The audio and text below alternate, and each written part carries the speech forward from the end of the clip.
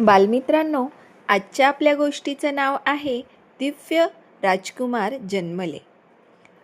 मागील गोष्टीत आपण पाहिले की ऋषी वसिष्ठांनी राजा दशरथाला पुत्रकामेष्टी यज्ञ करण्यास सांगितले. पुत्रकामेष्टी यज्ञासाठी सुयोग्य भूमी शोधून काढण्यात आली. नगरातील विद्वान ऋषीमुनींनी एकत्र येऊन ऋषी वसिष्ठांच्या मार्गदर्शनाखाली कार्यक्रमाची रूपरेषा तयार केली. राज्यभरातल्या ऋषीमुनींना, शेजारपाजारच्या राजा महाराजांना यज्ञासाठी आमंत्रणे धाडण्यात आली. यज्ञ सामग्री जमवण्यात आली. शहर तोरण पताकांनी सजवण्यात आले. यज्ञाचा दिवस उजाडला. अयोध्या नगरीत त्या दिवशी चौकाचौकात मंगलवाद्ये वाजत होती. रस्त्यावर सडे घालण्यात आले होते. रांगोळ्या काढण्यात आल्या होत्या.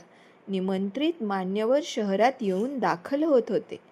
त्यांचे सन्मानपूर्वक स्वागत होत होते. अनेक ऋषीमुनींच्या चरणस्पर्शाने अयोध्या नगरी पवित्र बनली होती. यज्ञविधी धूमधडाक्यात सुरू झाला. शास्त्रशुद्ध मंत्रोच्चाराने आसमंत दुमदुमून गेला होता. यज्ञाच्या ज्वाळांनी अमंगल तत्वे जळून खाक झाली होती. राजा दशरथ आणि त्याच्या तीनही राण्या श्रद्धापूर्वक अंतःकरणाने पूजेत सहभागी झाल्या होत्या. राजा दशरथाची मनोकामना पूर्ण व्हावी, त्याला पुत्रप्राप्ती व्हावी, राज्याला वारस लाभावा, हीच राज्यातल्या प्रत्येक नागरिकाची मनोकामना होती. श्रद्धापूर्वक केलेल्या यज्ञाची सांगता मंगलमय वातावरणात झाली. पवित्र विधीने यज्ञदेवता प्रसन्न झाली. यज्ञाचे दूत कुंडातून प्रकटले. त्यांच्या हातात एक रत्नजडित सोन्याचा कुंभ होता. साऱ्यांनी यज्ञदूताला श्रद्धायुक्त मनाने वंदन केले. तो सोन्याचा कुंभ राजा दशरथाच्या हाती देत यज्ञदूत म्हणाला, राजन, तुझा यज्ञविधी सफल झाला आहे. या कुंभातील प्रसाद तू आणि तुझ्या तीनही राण्या समप्रमाणात वाटून घेऊन ग्रहण करा. तुमची मनोकामना पूर्ण होईल. तथास्तु. एवढे बोलून यज्ञदूत अदृश्य झाला. साऱ्यांनी देवाचा आणि राजा दशरथाचा जयघोष केला. महालात परतल्यानंतर राजा दशरथ आणि त्याच्या तीनही राण्या कौसल्या, सुमित्रा आणि कैकेयी यांनी प्रसाद समप्रमाणात वाटून घेऊन खाल्ला. दिवसामागून दिवस निघून गेले. महिने निघून गेले. एके दिवशी तीनही राण्यांना मातृत्वाची चाहूल लागली. दशरथाचा आनंद गगनात मावेनासा झाला. त्याने तातडीने ही आनंद वार्ता आपल्या गुरु ऋषी वसिष्ठांच्या कानावर घातली. ती ऐकून ऋषी आनंदले. ते म्हणाले, राजन, पृथ्वी तलावर सध्या दुष्ट शक्तींचा प्रभाव वाढला आहे. राक्षस, दानव उन्मत्त बनले आहेत. धार्मिक कार्यात विघ्न आणणे, ऋषीमुनींचे आश्रम तोडणे, यज्ञ होत असेल तिथे धुडगूस घालणे, अनाचार, अत्याचार पराकोटीला पोहोचले आहेत.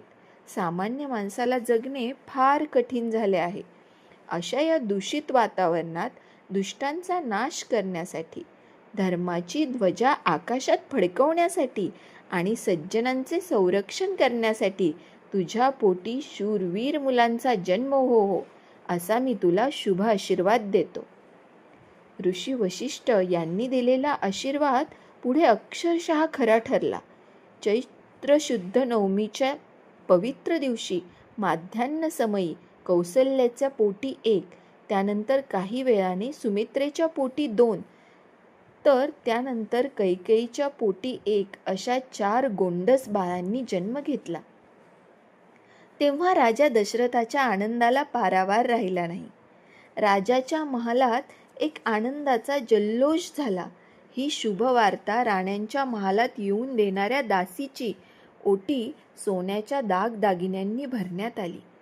ही आनंद वार्ता कळताच राज्यभरात मंगलवाद्ये वाजू लागली. सुवासिनींनी मंगल गाणी म्हटली. घराघरावर गुढ्या तोरणे उभारली. घरोघरी गोडधोड पक्वान्ने केली गेली. राजवाड्यात एकच घाई आणि गडबड सुरू होती.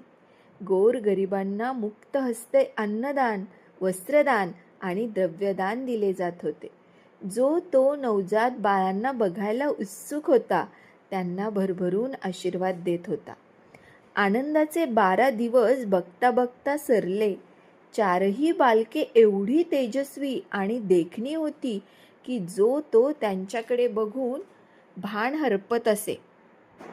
त्यांच्या मातांना तर जणू स्वर्ग गवसल्याचा आनंद झाला होता. त्या क्षणभरही आपल्या बाळांना नजरेआड होऊ देत नव्हत्या. राजा दशरथ बाळांचे कौतुक करताना थकत नव्हते. राजाने एक पुत्र मागितला होता. परमेश्वराने त्याला 4 सुकुमार दिले होते. 12व्या दिवशी ऋषी वशिष्ठांच्या उपस्थितीत राजवाड्यात शाही थाटात 4ही बालकांचे विधीपूर्वक बारसे करण्यात आले. कौशल्येचा पुत्र होता, त्याचे नाव श्रीराम ठेवण्यात आले.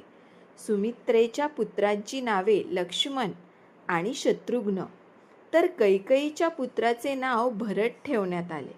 सर्वत्र आनंदी आनंद झाला. श्रीराम, लक्ष्मण, शत्रुघ्न आणि भरताला उपस्थितांनी भरभरून आशीर्वाद दिले.